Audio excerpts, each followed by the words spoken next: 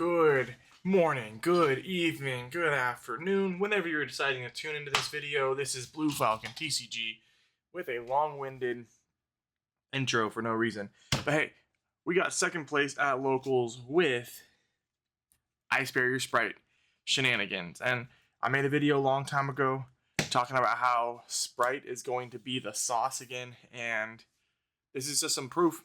It was good. 4 rounds of Yu-Gi-Oh! Didn't drop a game until, I guess, until the last round of the fire, and I just didn't have enough gas to play through the shenanigans that is Snake Eyes. But with that being said, let's hop into the list, and then we'll go through some combos at the end. We got 3 Nimble Angler, 3 Beaver.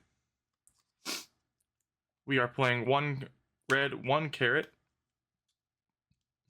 the 3 Jet, 3 blue.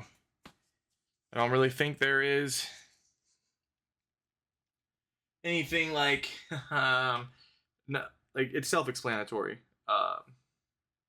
And one thing I really do enjoy about Spright specifically is that it has a lot of synergy with different types of level 2 stuff.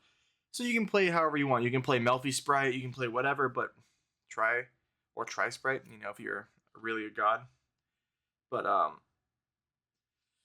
and then the sauce of the deck that we really kind of like was giving us the wins is our frog package. So 3 swap frog, 1 dupe, and the newest addition to a level 2 package is going to be Mirror Mage of the Ice Barrier. This card allows us to, when it's sent to grave, we're going to grab a monster reborn for Ice Barriers, and it's a level 2 aqua monster. So swap frog effect, send us to grave, too easy. And then we do have access to 2 other cards like Arclight, or we can make Bionic, or I mean we can probably make an 8 if we fill the board with enough 2s. So honestly, the card overperformed. This could go to 1. I will, however, not cut the spell down below 2. The reason why is because it's easily searchable, and we can continuously like move it back and forth and get us what we need to do. All right, now let's go into our spells and traps. Well, we got the last card. This is Pseudo Newman Lock. I decided to main this. 1, because it's cheeky. 2, it's just, I don't know how to explain it. Like, this is nuts. It's a free lock. No one was really expecting it. And the only time it really didn't do great was into one of the fire matchups. And it was okay. And the only reason why I failed is because they opened up drop like game 1 and 2. So I'm not even gonna get mad about the blowout card. We are playing 2 Freezing Chains. This is the key card that allows us to bring Totally Awesome back into it with this right here as a combo. This is just great. You could play 1-on-1 if you're just, you know, worried about that one time. This just allows you, when it's sent from Toad in the standby phase, this just lets us grab it back, grab another one, so we have some sort of crackback if there is a turn 2. Now, first, 1 Spright Smashers and 1 Double Cross Mained. This gives me a nice little flex piece, be like if I'm going first, what the side in and side out. Triple Starter, and then some consistency pieces. The Potted Prosperities can definitely be cut. Not really feeling them too much. I think I might cut them for more non-engine, like Forbidden Droplets or Ghost Ogres or something like that. Same thing can be said about the Tactics. I thought this would be pretty live. I only activated and resolved it once, and seen it in hand 3 of the 4 rounds at least one time. I only got to resolve it one time. I mean, don't get me wrong, Tactics is a fantastic card. I just did not. I felt like there could have been better things we could run. And then for the non-engine hand traps, we're playing 9 total, so 3 Imperm, 3 Ash, and 3 Nibiru. I don't think I need any explanation on the hand trap choices. It's just, it is what it is. Now for the extra deck, we're playing the 2 Spright Friends. Correction. Reason why, I like to. Unicorn is still a thing, and I want to make sure we have access to our nimble plays. 1 IP Masquerena, 1 SP Little Knight, 1 Nightmare Unicorn, and then the 1 Appaloosa. This never was resolved, never came up actually. Nightmare Unicorn did come up quite a bit because you could end with SP Little Knight and IP and then still be able to make the Unicorn on their turn for added interruption. 1 Mannequin Cat, card is bonkers. We get Ashed, we can make Mannequin, we can go full combo, or however, it just lets us play. 1 Gen Buster, 1 Onibumiru, did come up in the fire matchup, you know, getting rid of Flamebird, super cool. 1 Zeus guy, 1 Toadally, 2 Gigantic, and the remainder of the Zeus package. I was able to Zeus once, and it was awesome because it just hit so hard. So it was great. Zeus is a fantastic card. Now let's hop into some drills and showcase some of the cool combos this deck does have now. All right, let's get our starting hand. Going to be Ash Blossom, Dupe Frog, Spright Blue, Nibiru, and Nimble Angler. So we got ourselves a little bit of, not too much, but we're gonna normal summon the dupe, special summon blue, blue's effect, we're gonna grab Jet. We're gonna link 2 into our sprint. And we're gonna go sprint 1, dupe 2. And dupe's gonna float ourselves into the swap frog. Sprint is going to send the nimble angler. Angler's in a new chain. Angler effect, gonna proc and special summon 2 of our beavers from deck. We're gonna go from here. I like to keep the sprint as an extra interruption, especially since we're playing the shenanigans that we are. We're gonna Xyz 2 in the Gigantic. We're gonna activate Gigantic's effect. Boom, detach right there. We're gonna go into our. We're probably gonna go into a carrot or into a red, but let's go ahead and we'll just grab our carrot because we're gonna already have a monster negate in the form of the frog. So we're gonna activate swap frog effect, sending angler.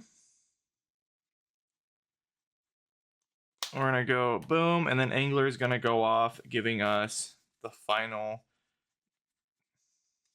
nimble beaver.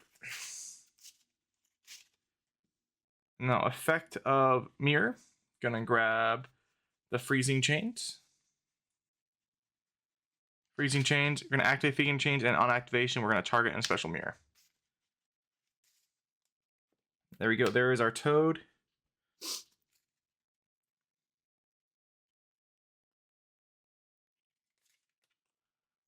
Totally awesome. And then we're gonna special summon Jet. Jet effect is gonna grab ourselves double cross. We're gonna link 2.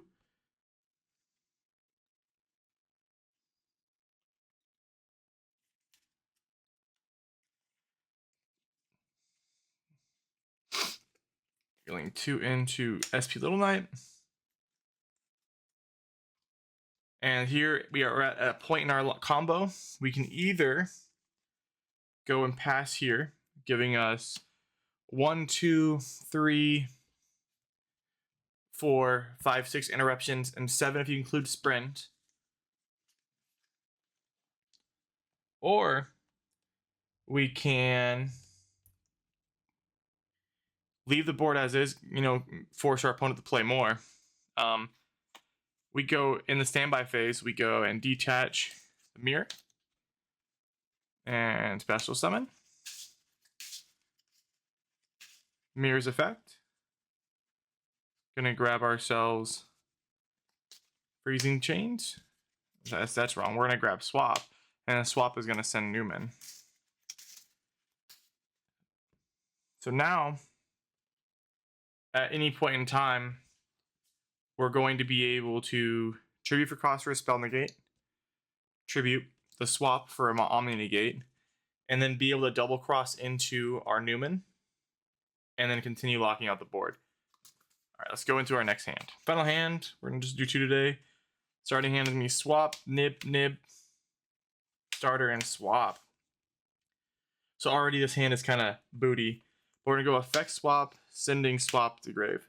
And then we're going to send ourselves the mirror. Mirror's gonna grab freezing chains. And then we'll just immediately just go and activate and special. Before we do, what we can do is we can also tag, since we have no actual true normal summon, we can tag itself out and then we'll just normal summon the swap, giving ourselves a Newman lock off the rip, ready to roll. Then we go freezing chains, special, and then now we're stuck with our monster Omni negate, which is, you know, super great because it's good recursion. Why not? And then we hit that starter. Go effect blue. Grab jet. Special jet. Grab double cross. We'll link 2. Or if you're kind of sensing the nib and you don't want to waste the Omni negate, you can go here and try to bait it out.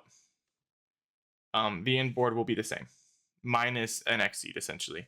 So it honestly just comes down to your personal preference and how you want to hit your combo. But for the sake of the largest board presence, we're going to go into the sprint. Sprint effect is going to send Angular.